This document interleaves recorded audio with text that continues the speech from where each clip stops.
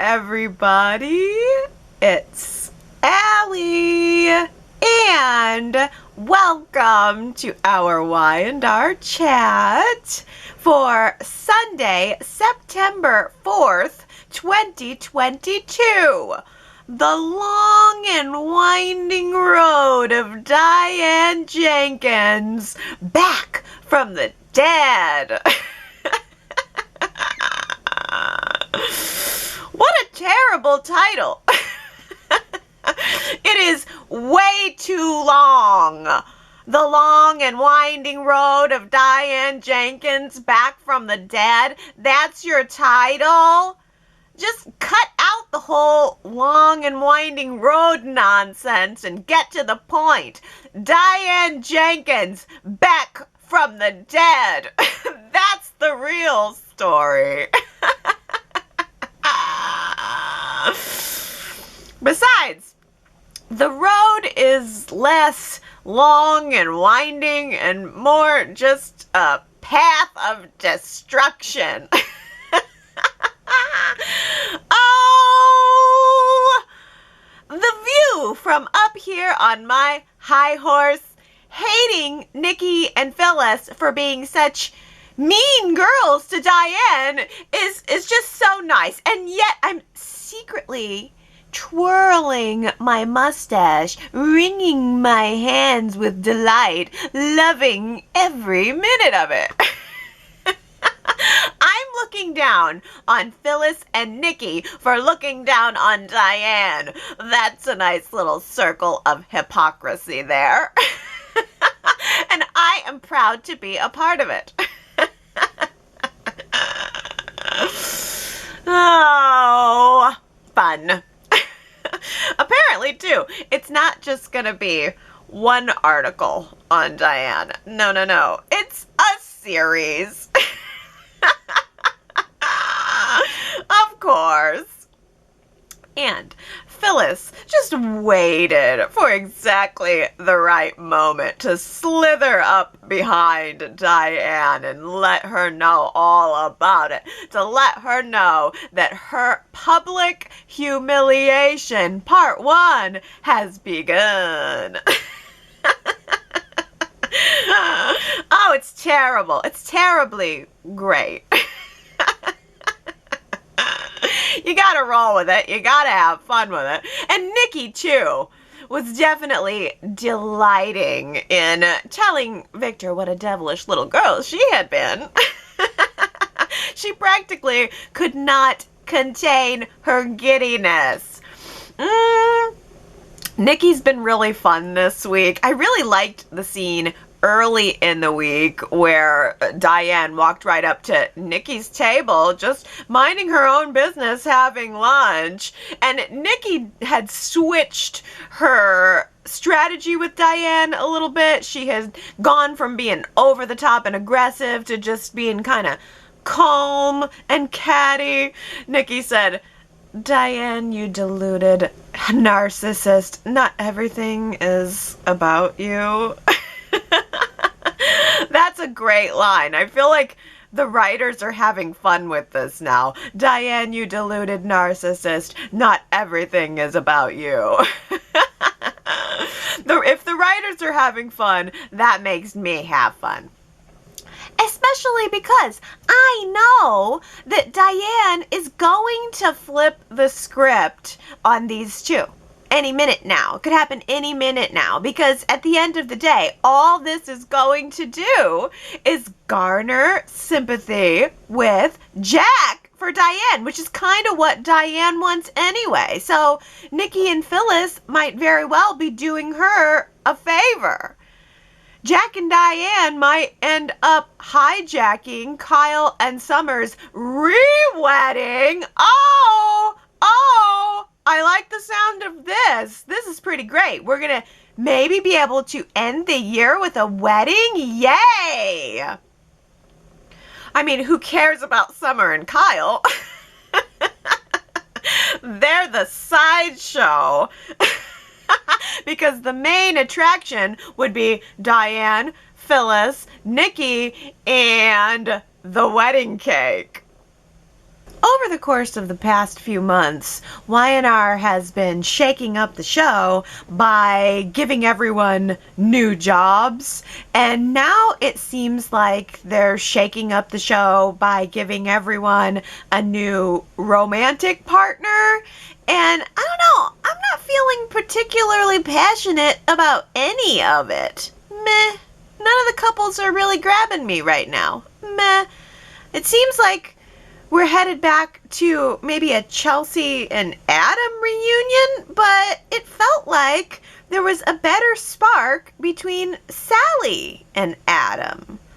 Or, I don't know, maybe all of this is like the Chelsea and Adam thing is maybe meant to make Sally jealous, and then that will drive Sally into Nick's arms. I know Nick is definitely going to be there for Sally next week since Victor wants to fire her. But even though Nick and Sally are cute, they're fine, I guess, it doesn't really strike a chord with me right now. I keep thinking, well, shouldn't Nick's arms be around Sharon right now? I mean, we've spent all this time building up to what looked like a for sure Nick and Sharon reunion, and now that's just toast, and Sharon's giving Sally the love advice. I mean, Sharon had some great wisdom to share with Sally. She certainly knows exactly what it's like to be caught in the middle between Adam and Nick, only Sharon doesn't know that. I mean, I certainly hope that Sharon is not being super nice to Sally, only to have Sally turn around and steal Sharon's kinda boyfriend slash ex-husband slash potential romantic partner. But then again, that's the other thing, is even though I know it in my heart I will always be able to get on board with a Nick and Sharon reunion, my ultimate preference is for Phyllis to be with Nick. Like, when she stopped by to give Nick the final Grand Phoenix loan check, I felt like sparks were flying all over that office. The room could hardly contain it. I mean, I know that Phyllis is so focused on Jack right now, but I think Phyllis wants revenge on Diane more than she wants to be with Jack. And by the way, you can just stick Phyllis in any scene, anytime, and it's entertainment. I thought it was really fun to watch Phyllis shading Sally when Sally walked into that scene.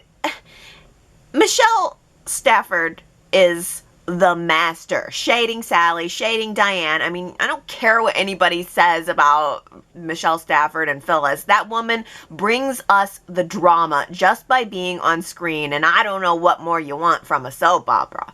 So I think Phyllis and her craziness is so well balanced by Nick and his cuteness. That's what I want. I want Phyllis and Nick together, and then I guess I'd like to see a triangle between Adam and Sally and Sharon.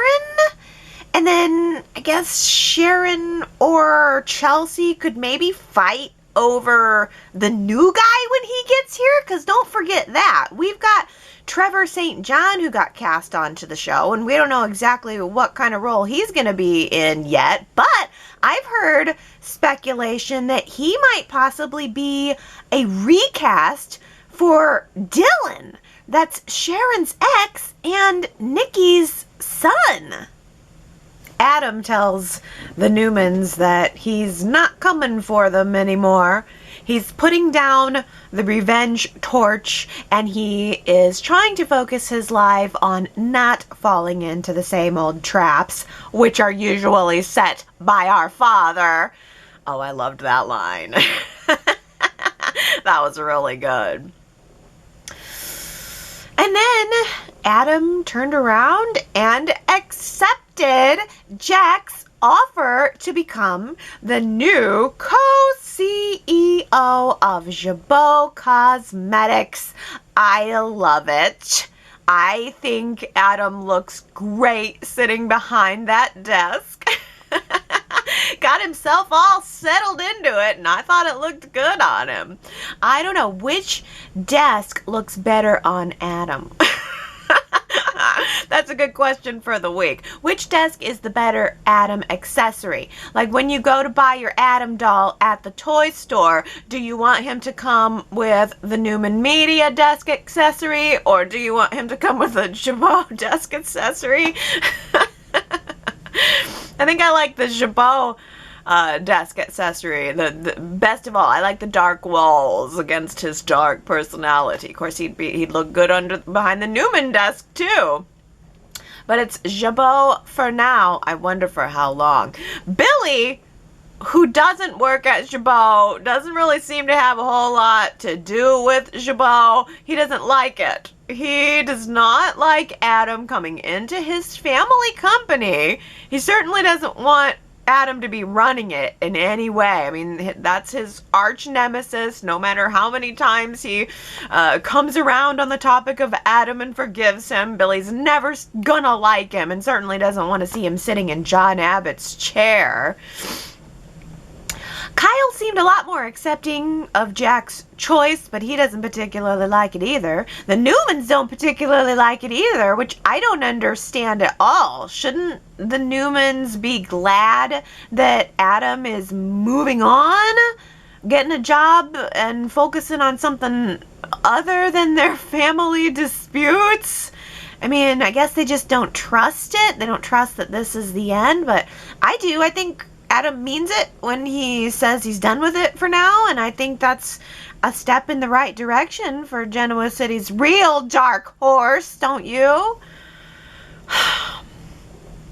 It's kind of surprising after all these weeks that of all the people who have been harping on Adam to change his ways, that it would be Chelsea who finally got through to him. I don't know, and it just, I guess all it took was a hug. Is that about the summary of it? It took a hug and then Adam was feeling better? Chelsea should have saved her kiss for Adam. She got all burnt out giving the kiss to Billy, and then all she had to give to Adam was the hug. That's all she had left. No more kisses to give. I mean, you can't kiss two guys in a week.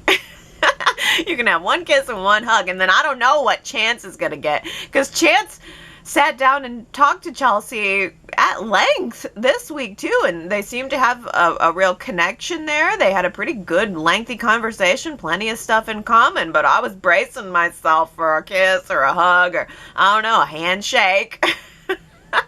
Something. Chelsea seems desperate right now, just so desperate, and I feel like I'm getting lost on her character. I feel like Y&R has pushed and pulled Chelsea into so many different test directions lately that I don't really even know what to think anymore. I mean, I like stories about Chelsea and her career path. That's one of the things I like best about Chelsea. I really liked seeing her be someone who was striking out on her own and designing, and I thought it was absolutely ludicrous that she dumped her entire career path, her entire life's work, to go podcast with Billy, only to have Billy dump the podcast on her. Chelsea needs something new, and I'm yearning for it. Chelsea needs something stable, and it has to be something more than just a boyfriend. It has to be something more than just her being Connor's mom. There has to be more to her identity than that. Where is Connor, by the way? Where is he learning those dope wood-burning skills? Is he at soccer, lacrosse, boarding school, computer camp right now? Oh, please don't give this kid access to both computers and fire. Or either one. Or maybe do. That could really spice things up. A good fire. We haven't had one of those in a while. Yeah, Y&R seems to enjoy showing us the Sally-Chelsea rivalry lately, but I mean, all they really have to fight over is Adam, and I'm just getting lost. Too much time has gone on after the Sally-Adam breakup for me to care all that much. Sally still loves Adam. She's still thinking about Adam. But she's certainly not making any moves toward going back to him. I guess Chloe couldn't risk that, though. I mean, no way. We cannot have Sally wavering on Adam. No way, says Chloe. I think Chloe's just protecting her job more than anything. But I think Chloe also just has this personal vendetta against Adam. She wants him totally eliminated from her life, and it's just not going to happen. But she calls Adam. Like, I wish we could have seen the phone call. Hey, jerk. You want to meet me at the dive bar? I want to rip into you for half an hour. And Adam says, sure, I'll be right there. I love getting berated.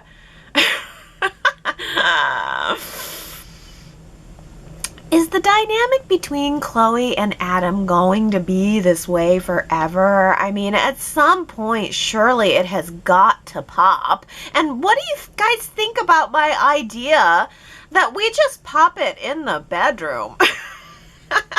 I'm going to put that as this week's poll question, because it's the only thing about this whole thing that is even exciting to me. Should Chloe and Adam have angry sex? Yes or no? Go to yrchat.com to cast your vote, because I think that's where the real drama would be. I think sex would be the great equalizer there. Chloe betrays Kevin with Adam, of all people. I think that would really knock Chloe down a peg or two on the Adam hate. Although ultimately, I don't mind seeing Adam get told off for how he treated Sally. I just would rather see Sally be the one to tell him off. It's just, with Chloe, it's not really even about Sally, and we all know it. Chloe just still finds a way to be insulting to Adam at every twist and turn. I mean, she has the nerve to call Adam and tell him that he needs to break up with Sally some more. How could they get more broken up? Like, she wants Adam to break Sally's heart, really, really make it hurt so that she'll just forget about him forever. But Adam didn't want to do that. He never wanted to hurt Sally, and I believe that. I believe in his mind he thought he was doing what was best for her. It just was a misguided idea. And Sharon kind of reinforced all of that, too, in the most Sharon possible way. Sharon kind of pointed at him in the direction of knowing that there was some unfinished business there between he and Sally, and it needed to be resolved. So Adam asked Sally to sit down and talk with him, and he acknowledged that he treated her wrong, that he should have treated her like a partner, and he apologized to her. But I just don't know if that apology is enough for me. If I were Sally, I think I would probably begrudgingly accept the apology, but there is no way that I would ever trust him with my heart again. Aw, Adam's kidney is going off to college again. I remember when Adam's kidney was just a wee little thing, playing soccer on the farm with Victor. Now it's headed off to the University of Michigan. All right. Yep, Faith is going off to college. No mention of Moses, though.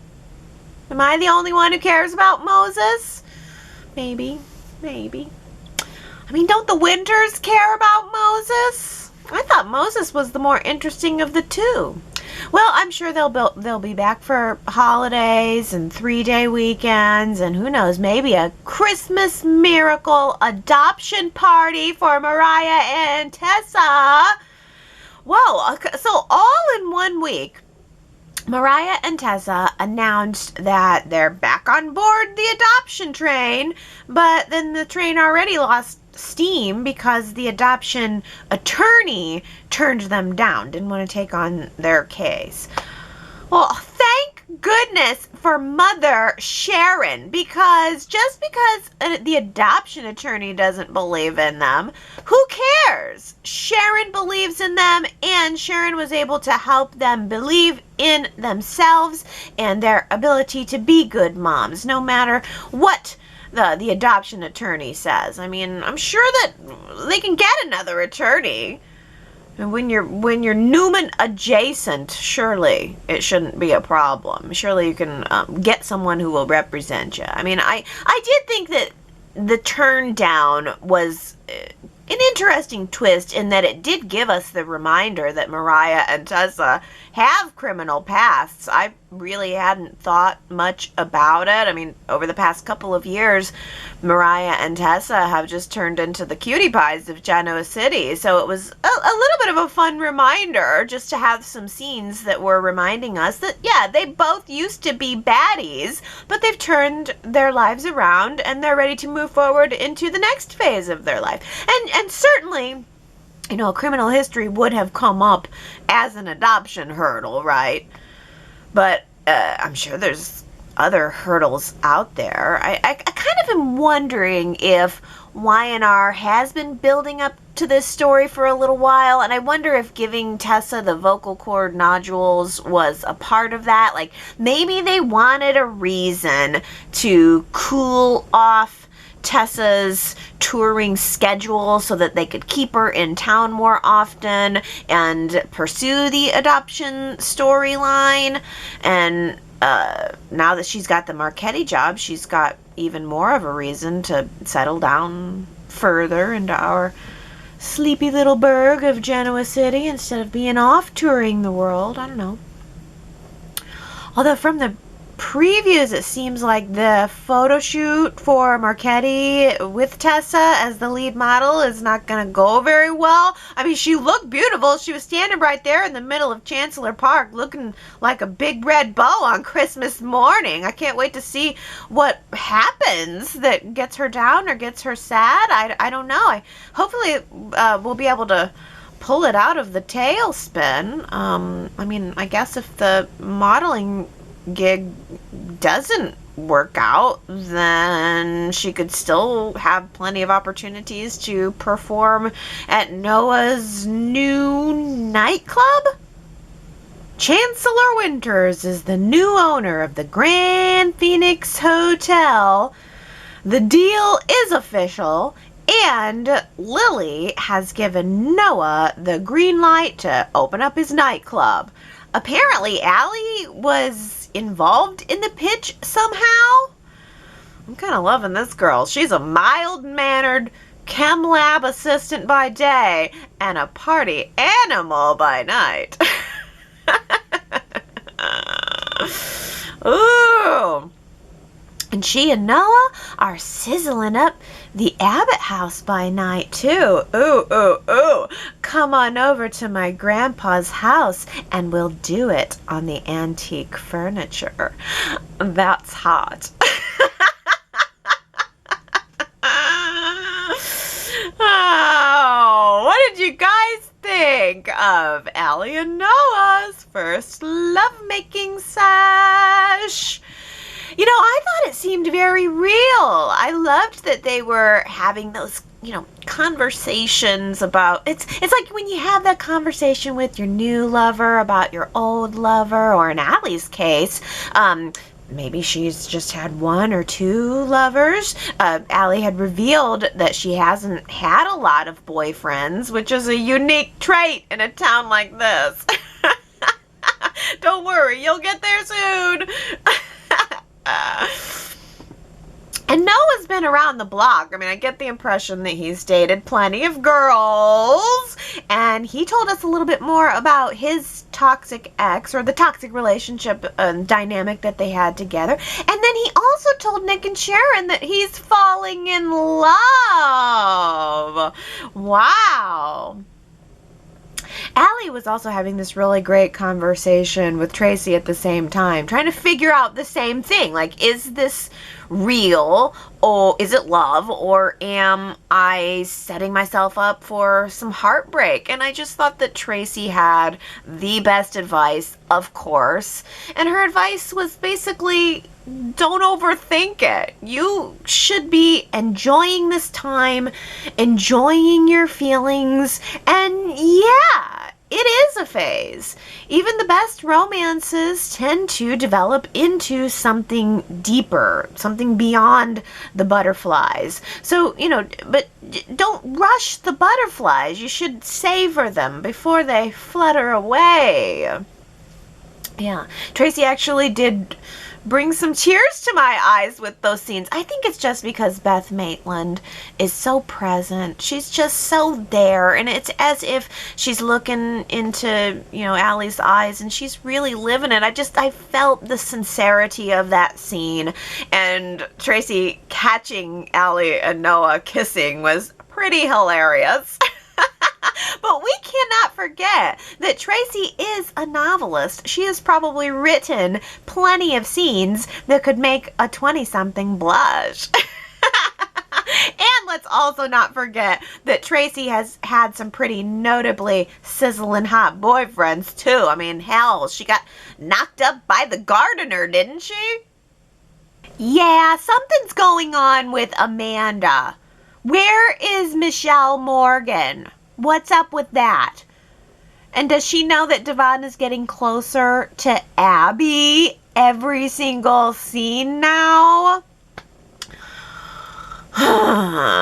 What's going on there? That's the question. Well, this week was Dom's first birthday party. Has it been a year already? Gee, time really flies when you're so relieved to not even hear the name Dominic Philip Chancellor Winter Newman Abbott.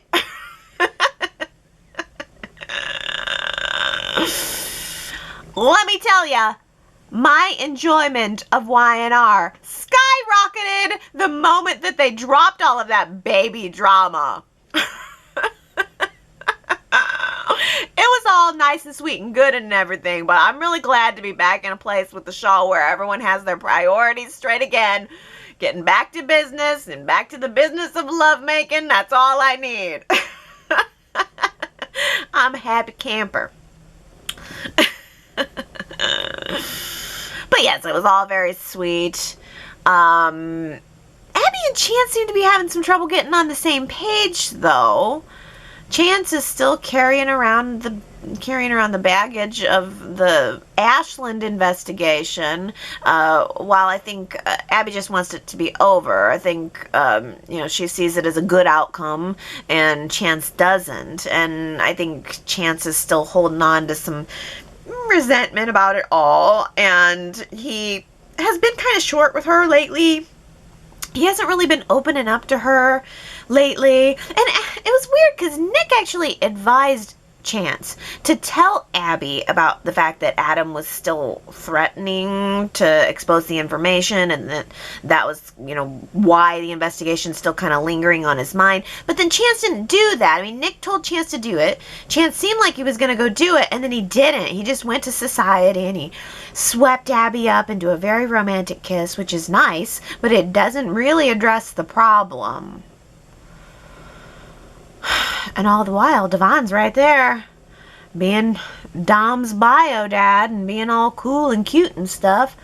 I mean, it's kind of hard to dislike Devon when he's being the family man around Abby and Dom, which makes me think that maybe Abby and Devon wouldn't be a bad match if, that is, Amanda doesn't ever end up coming home because she, caught Naya's coma. Everyone loves a good comeback story. That was our quote from last week. I would like Michelle Morgan to come back. by the way. That would be a good comeback story, but that's not what the quote was about. Everyone loves a good comeback story. The answer was Chloe. It was Chloe who said it. She was talking to Chelsea, saying that she could have a possible return to the fashion industry someday. Everyone loves a good comeback story. Wow, only 3 people got that quote right. So I have to give extra congratulations to Daisy, Henry, and Tanya. Wow, I didn't realize that was going to be so hard. Well, I never do. I never know when it's going to be easy or hard. I think this one might be easy. I don't know. Let me know. Who said this? Fake a smile and hold on tight. That's good advice. Fake a smile and hold on tight. Who said it? If you think you know, go to yrchat.com to leave your guess. And if you get it right, I will give you your shout out during next week's Y&R Chat. And now let's read some of your wonderful comments, starting with Sue W., who says, call me sappy, but I loved Abby's having the important people in Dominic's life write for a time capsule that she created for him on his first birthday. Abby has heart. Yeah, I agree. Abby does have heart, and there's a lot we can do with the Abby character, and it'll be interesting to see what Y&R ends up doing with her. It's sort of looking like it might be kind of a triangle there between, her being pulled toward the connection that she has with Devon over Dominic, but also pulled toward, the love of her life, Chance. Laura says, I like Abby more when she's busy with work and her career and not being emotionally affected by Chance's every sneeze. She's got to be the most insecure character on the show. Yeah, she does spend a lot of time worrying about Chance. I mean, I guess it's understandable considering everything that Chance has been through and everything that she's been through with him. Naomi says, Abby is insecure and with good reason. Her many relationships have ended in true soap-style messy drama. She's stuck forever with that naked heiress embarrassment. She's never included in first-tier Newman family communications or social gatherings.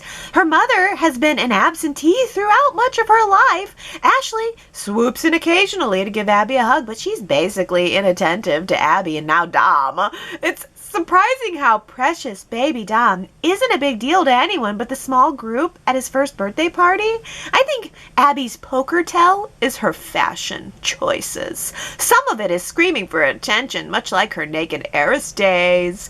Abby was very confused and needy at that time, and I think she's realizing Chance has changed and is no longer in love with her. If she loses Chance after all she went through when he was missing and presumed dead, what a massive loss for her.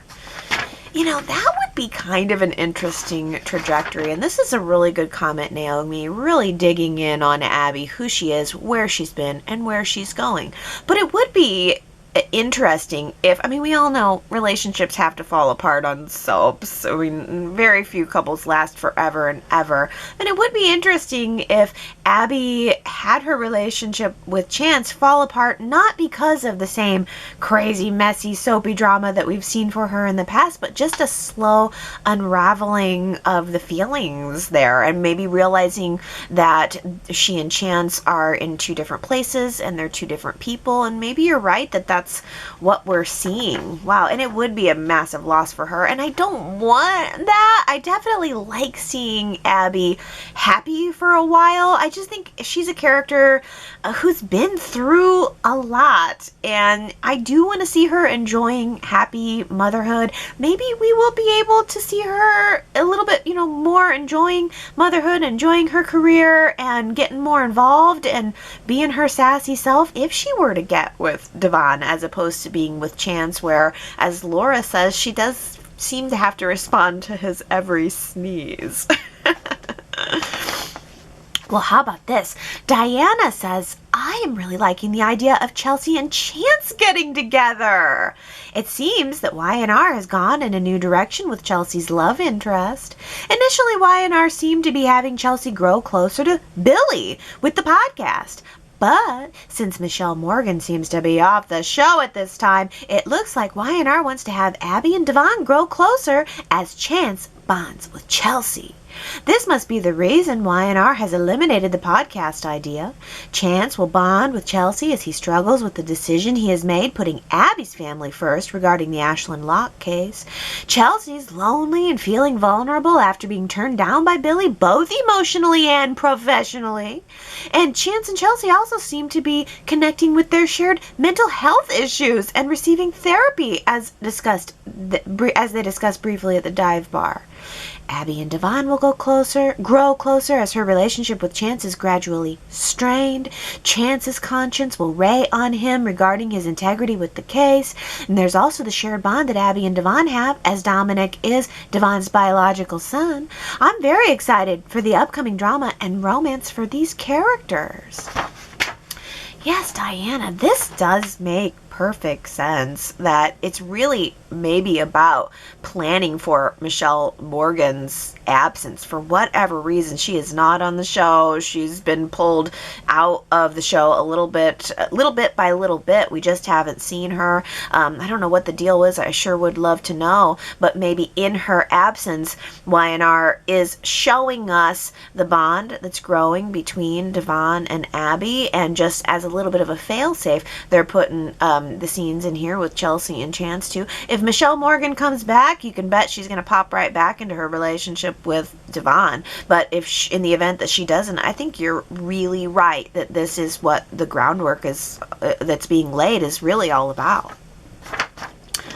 Well, new topic. Tina says, I think I need my employee to call a meeting with my ex to tell him to break my heart and make sure that he does it in a way so that I will surely know it's over, while he lets her know that he still loves me and that he doesn't think he can do that. Someone slap Chloe.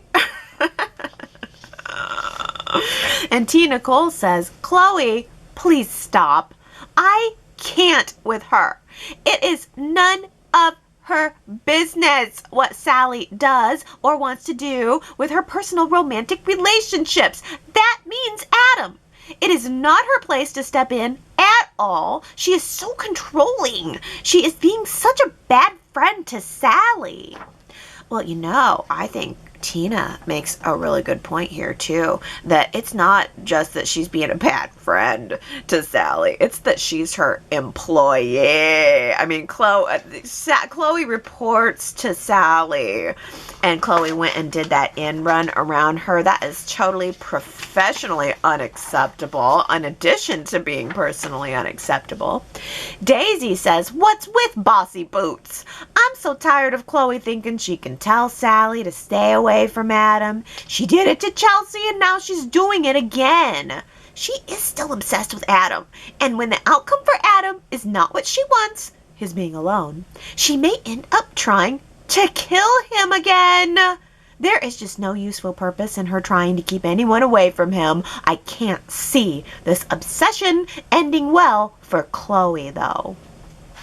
You're hitting on an interesting word here, Daisy, obsession. I mean, Chloe has had the obsession with Adam over the years, and we're starting to see it really, really ramp up again. I mean, the fury with which she was talking to him, I mean, it reached a new level. It was really, really vicious.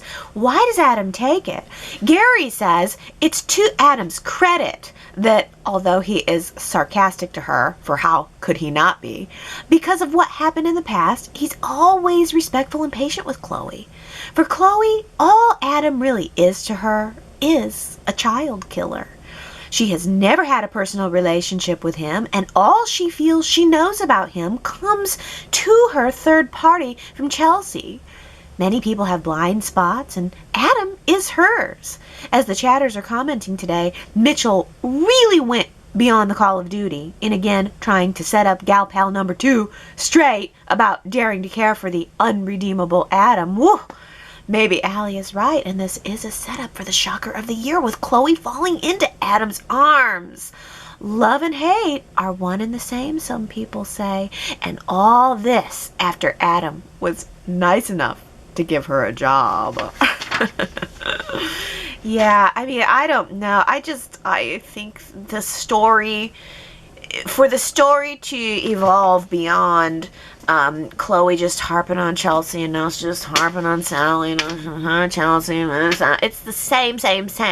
For the story to evolve, for Chloe's character to evolve, I really think a great dramatic twist would be for them to hook up. I think it would pull Chloe off of her high horse. It would make her start to think about not only Adam differently, but herself differently too. Sue W. says, I've been wanting more story for Sharon, and I'm suddenly, wishful thinking, realizing that it's about here. Sharon was not her Zen self when providing her listening ear to Sally regarding Adam. Quite the contrary. She tried hard but unsuccessfully to appear objective and detached, but I think Sharon will no longer be able to resist her thus far dominant pull toward Adam. Yeah, I would like for that to be the case. I mean, Sharon, gosh, she's so good right now. I mean, there's so much good Sharon right now. And I don't feel ready to rush her into a relationship at all, but I feel more open to Sharon with Adam than I did in the past. I think now that Mark Grossman has really brought the role of Adam to a whole different place, I feel like maybe the characters really could be in for a reunion. I didn't pick up necessarily on Sharon feeling longing toward Adam, or that she was having to stop herself from her real opinions about Adam and Sally, but you never know. I mean, the show could twist that in any number of different directions. For right now and for the next couple of weeks, honestly, I just feel very good about the place Sharon is in, giving all of this wonderful advice and just being soulful, as Gary will say here.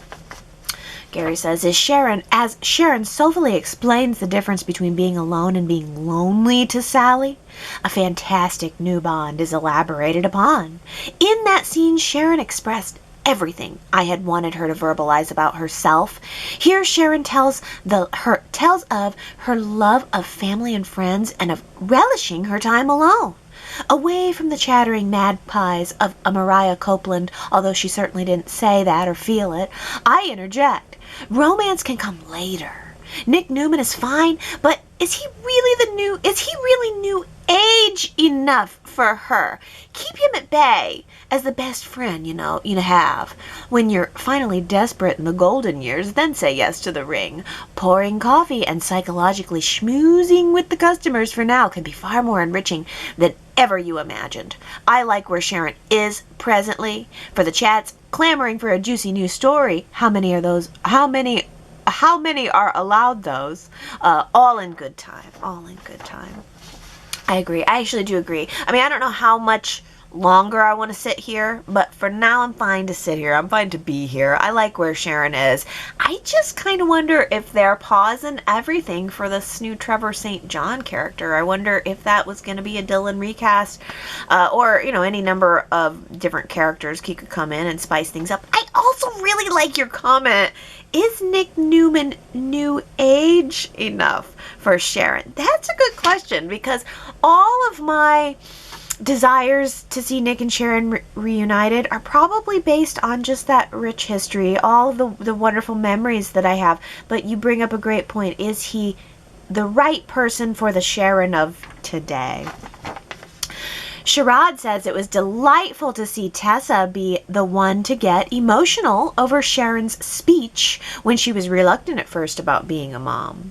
Also, Sharon was really amazing and so touching. I hope to see more of Sharon, the mama bear that defends Tessa and Mariah. Sharon was so mad at the adoption attorney. I think that if she was in front of her, Sharon would have kicked her butt. And I loved the hug at the end. Yeah, I really liked that too. This is another place where Sharon is just shining, being the mama bear. Totally agree. Now, how about Phyllis? Tina says, Phyllis is creeping me out a bit, slithering around Diane, hissing over her shoulder. I get that she's enjoying watching hers and Nicki's, and is Ashley still involved, plan come to fruition, but it's uncomfortable to watch.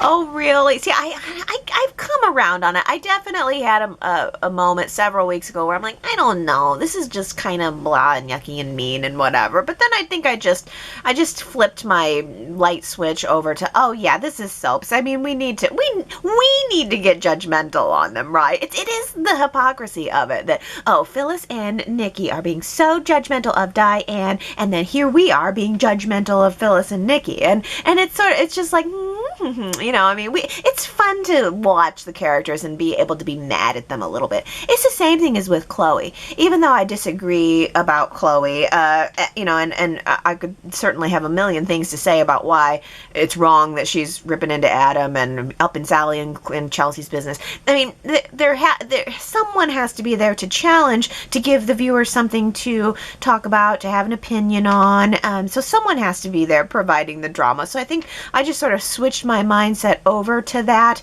Not everybody can be the hero all the time. Not everybody can be in the right all the time. I think you need to have characters who are challenging and doing things that aren't nice in order for us to have something to talk about.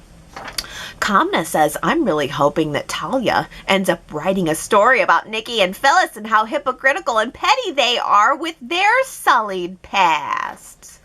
Yeah, that's the thing that's kind of sticking out as the sore thumb, isn't it? That we're going at all these lengths to expose Diane when there is plenty of dirt to be exposed on Phyllis and Nicki, too. Jamie says, I'm in the mood for a fun, steamy fic reunion. As much as I love Jack, he can go ahead and have Diane at this point. He'll see in the end that Phyllis and pretty much everyone else in his circle was right all along. Diane is still a selfish, manipulative, shady, conniving hot mess underneath her carefully constructed Reformation facade. A person capable of throwing anyone and everyone under the bus to save her hide. Kyle was tossed out with the bathwater before and likely will be a second time if Diane starts to feel the walls closing in. That is probably all true. I don't feel as suspicious of Diane as I probably should. Her charm definitely works on me to an extent, but I certainly do agree with you that I need a fic reunion to help bring me back on board with Phyllis, and I think that, as you say, Jack should just have Diane at this point. I think that's where all the chemistry is anyway. It feels a little bit like the Phyllis character had to be that sacrifice, same in the way as Chloe and Nicki, you know, Phil, where it's just you have to not like them a little bit in order to make you like something else. I think we have to not like Phyllis a little bit in order to make us like Diane, make us root for her. Why should the viewer connect with her? I mean, she came back from the dead out of nowhere. A lot of people probably didn't even remember her at all. So we sacrificed a little bit on Phyllis's character to get to know Diane and, you know, create a little bit of sympathy for her. And I'm sure if you know, the tide will change and we'll soon get to see some softening of the Phyllis's character, and I think that a reunion with Nick would be exactly the thing to do that. Laura says the Nick Adam killer link is very interesting. Bonded by homicide. This connection can be built upon and used in upcoming stories. Ellen says, nope, not homicides, though. But that should have been determined by the appropriate authorities, not manipulated by Victor. That's why they will both always have unresolved feelings about these accidental deaths. Oh, Ellen also says, maybe Adam and Nick can go to therapy together. They need to deal with the trauma of accidentally killing someone. Adam has obviously never dealt with his childhood incident, and now Nick is struggling. The Newmans were happy to label Adam as damaged goods because of the terrible thing he did to AJ Montalvo. It's time to work through It's time to work it through and for them to all make a huge amends to Adam. Sue W. says, yeah, the show can draw comparisons and connections as they will, but the circumstances were different in both time and space. Adam was an impressionable boy, isolated with only his mother's support while still sorting out life. Adult Nick is inherently supported as one of the dynasties, secure in both of his moral stance and societal position. And as a viewer, I relish viewing events through all the different lenses. Soaps are actually thought-provoking through all of their banality. Okay, that sounds silly, but soaps are just pure fun.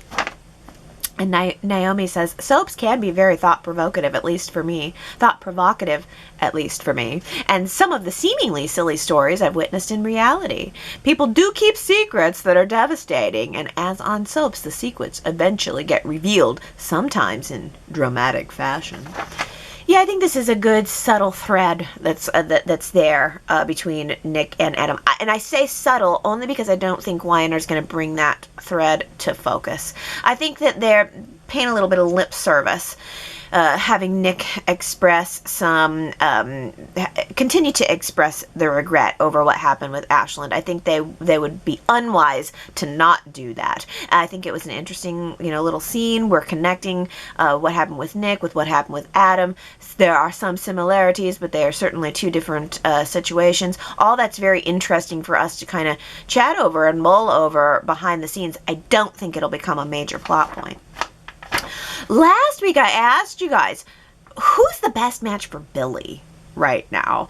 I am kind of surprised. Majority vote goes to Lily, which, by the way, is what my vote was as well. 42% think that Lily is the best match for Billy right now, but right there behind at 38% is Victoria. People really clamoring for that reunion. Only 19% voted for Chelsea, and Ambreen says, well, the best match for Billy is Billy. Ain't that the truth? Henry says, I'm so glad that Adam accepted Jack's offer and that Billy knows. Billy had the nerve to make negative comments while he was at Jabot, he just made a hot mess of everything. Jack is confident in Adam's business acumen, and hopefully Adam will not disappoint Jack and Jabot. That's the question, isn't it? Is Adam going to play it straight? Or is Adam going to somehow try to use Jabot to get back at Newman Enterprises? I keep wondering if maybe one of these acquisitions that Victoria is talking about will be something that can be competitive with Jabot and Marchetti, and maybe there'll be a little bit of Adam versus Victoria competition there. I hope that Adam doesn't end up betraying Jack in the end. I don't think he will. And if he does, it's one of those things where he almost, it's like it overcomes him in a way. I think his desire for revenge on the Newmans is so deep-seated that it almost kind of takes him over. So I wonder if that's something that will happen, but there's also the possibility that Adam won't stay at Jabot very long. I mean, this might be just a short stop, and who knows, he could go back to Newman Media. Well, Victoria says, I sure wish that Noah and Allie's pitch to Lily had been on screen. I'd like to see the dynamics between them. I'd also like to see Lily's reactions. It's a good thing they didn't pitch it to Devon. Noah and Allie have more chemistry now, and I'm enjoying it. Yeah, it's strange.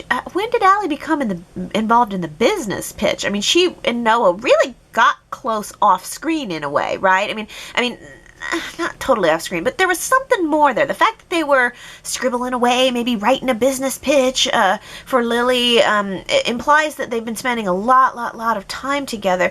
Maybe we should have seen that this week, and then next week seen the lovemaking scenes, just to drag that out a little bit, just to show a little something more. Because, as Gary says, now that Noah and Allie have had what we young moderns refer to as they have what we young moderns refer to as going all the way, it should not be too long before Noah's Parisian girlfriend is eligible to arrive in Genoa City, with Allie now soiled, as it were. Yeah, so that's the thing. Now they've gone all the way. What now? Well, Alan suggests Allie and Noah are way too happy. It's time for the ex-girlfriend or chemo to come shake things up. I mean, you know I agree with this. The Parisian ex-girlfriend, fine. That's fine. But the real drama, the real way to go is chemo. If there is any justice in this universe, then now is the time for chemo to come back and wreak his havoc on the Abbott family. Oh, I'm sick a little bit. I'm sure you can hear it. Darn it, I keep getting sick. That's like, I feel like I've been sick more within the last couple months than I have in the past several years. Darn it. Oh well, I guess it's time for me to rest. But I sure have enjoyed spending my Sunday here with you, and I hope you come back next Sunday and spend another day with me chatting about Y&R. In the meantime, you can go to yrchat.com to leave your comments, and I will be plucking them out and reading them out next week. And, yeah, I love you guys. I will see you then. Bye.